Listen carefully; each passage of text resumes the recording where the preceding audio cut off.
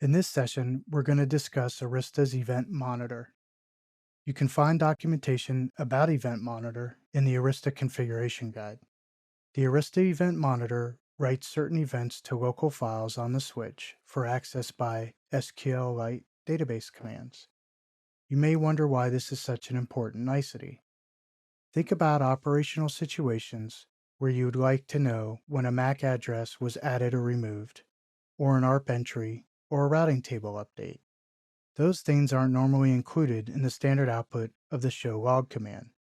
While we could issue a command such as show MAC address-table and see the timer about a MAC address, we don't know the exact time we learned about that MAC address. The same goes for the contents of our routing tables.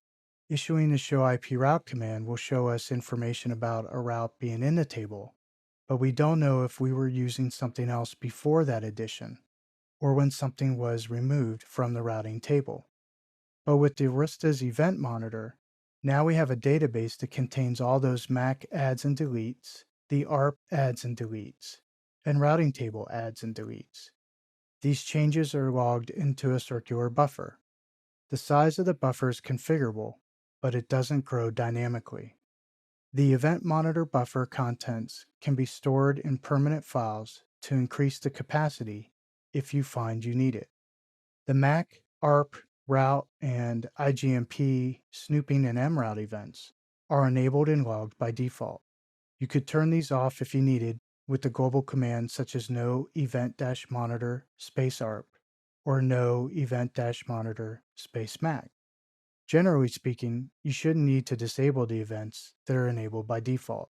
But if you've deployed a Layer 3 leaf spine, where most of your focus is on routes rather than on MAC addresses, it may make more sense to disable some of the event collection to make room for the ones that are of more interest to you.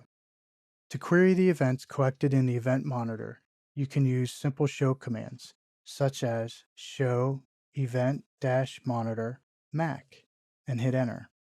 Here you can see when 2 MAC addresses were added to the MAC address table.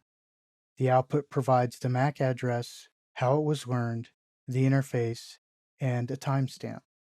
You could also issue the command show event-monitor ARP and hit enter.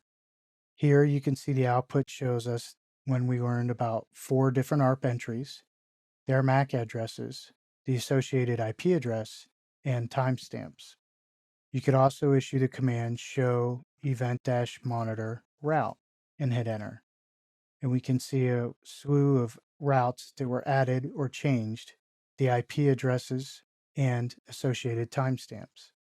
If for some reason you needed to clear the event monitor log, you can issue the command event-monitor space clear. And notice that we do that at the exec prompt. So how cool is that?